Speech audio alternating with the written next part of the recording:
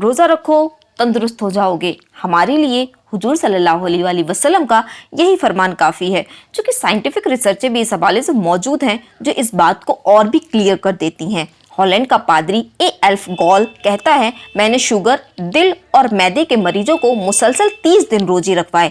नतीजतन शुगर वालों की शुगर में कमी हुई, दिलों के जो मरीज थे उनको घबराहट और सांस का जो फूलना था वो कम हो गया, और मैदे के मरीजों को सबसे ज़्यादा फायदा हुआ।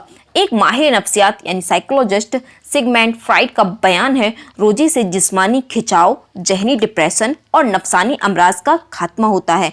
एक रिपोर्ट के मुताबिक जर्मनी, इंग्लैंड और अमेरिका के कुछ एक्सपर्ट डॉक्टर्स की रिसर्चिंग टीम रमजानुल मुबारक में एक इस्लामी मुल्क में गई और वहां उन्होंने कुछ बड़े बड़े शहरों को जो है वो सिलेक्ट किया और उनमें सर्वे किया। सर्वे के बाद उन्होंने रिपोर्ट दी कि रमजानुल मुबारक में चूंकि मुसलमान नमाज रोज़े की पाबंदी करते हैं, नमाज के लिए जब 5 बार वुज़ू बनाते हैं तो इससे ENT यानी नाक, कान और गले की डिसीज़ में कमी वाक़ई होती है, और रोज़े रखने के बायस कम खाते हैं, लिहाजा मैदे, जिगर, दिल और पट्ठे यानी मसल्स की डिसीजेस में बहुत कम मुब्तला होते हैं इन दिनों में। इसी तरह ऑक्सफोर्ड यूनिवर्सिटी का प्रोफेसर मूरे पैलेट कहता है, मैं इस्लामी उलूम पढ़ रहा था, जब रोज़ों के बारे में पढ़ा तो उछल पड़ा कि इस्लाम ने अपने मानने वालों को कैसा अजीमुशान नुस्खा दिया है। मुझे भी शौक हुआ, लिहाजा मैंने भी मुसलमानों की तर्ज पर रोजे रखने शुरू कर दिए। अरसा दराज से मेरे मैदे पर वर्म था, कुछ ही दिनों बाद मुझे तकलीफ में कमी महसूस हुई, मैं रोजे रखता रहा, यहाँ तक कि 1 महीने में मेरा जो मर्ज था, जो मेरी बीमारी थी, बिल्कुल खत्म हो गई। इसी तरह के हजारों इंकशाफात, हजारों रिसर्चेज हैं, लेकिन हम तो भाई रोज़ा रखते हैं अल्लाह अज़्ज़ा वज़ल की रज़ा के लिए, अल्लाह अज़्ज़ा वज़ल को खुश करने के लिए, अल्लाह अज़्ज़ा वज़ल को राज़ी करने के लिए।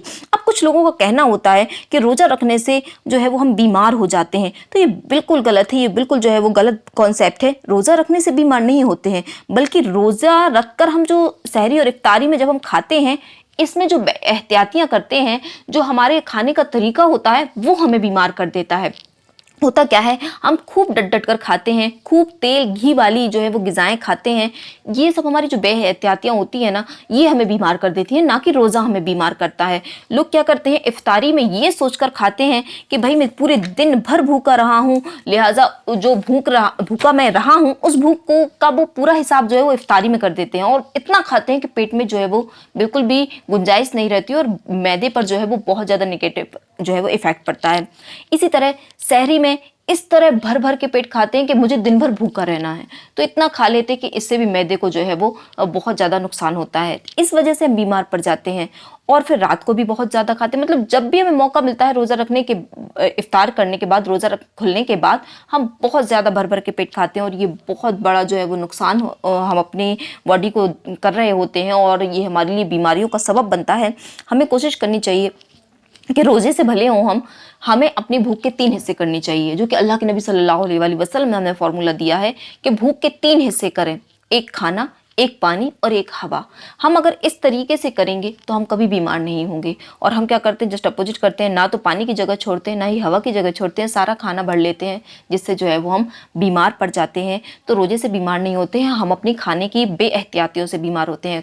पानी को भी ज़रूर शामिल रखना है। हमने दिन भर खाना नहीं खाया है तो साथ में पानी भी तो नहीं पिया है। हम क्या करते हैं, हम खाने और पानी दोनों की कमी सिर्फ खाने से पूरी कर रहे होते हैं, जिससे वॉमिटिंग, लूज मोशन और भी दूसरी डिजीजेस हो जाती हैं। तो कोशिश करें कि आप दिन भर अगर आपने खाना नहीं खाया तो पानी भी नहीं पिया है, तो खाना भी खाएं और साथ में पानी को भी रखें साथ में, और बहुत ज़्यादा पेट भर के, बहुत ज़्यादा डटकर ना खाएं, थोड़ी सी पेट में गुंजाइश रखें। चाहे आप बार बार खा लें, थोड़ा थोड़ा खाएंगे, आपको भूख लगे आप फिर खा लें, लेकिन पेट एकदम कस के भरने से जो है वो बीमारियां पैदा होती हैं। जबकि आप पेट में थोड़ी सी गुंजाइश रखेंगे और आप डटकर नहीं खाएंगे, आप कभी बीमार नहीं हो सकते हैं, वो रमज़ान का महीना हो या रमज़ान के अलावा हो। ये फॉर्मूला है कि अगर आप बीमार नहीं होना चाहते हैं तो पेट भर कर कभी मत खाएं। जो पेट भर कर खाते हैं उन्हें मैदे की बहुत सी बीमारियां होती हैं और भी दूसरी बीमारियां होती हैं।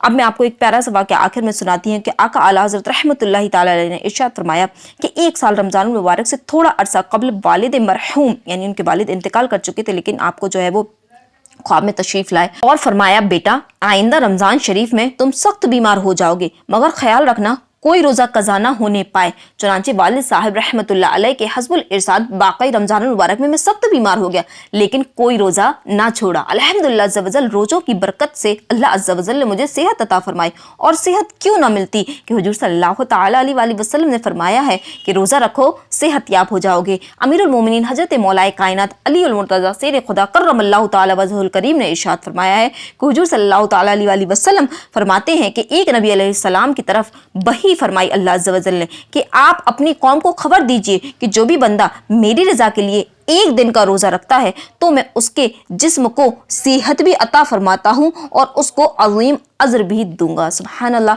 तो रोज़ा रखें और सेहतयाब हो जाएं।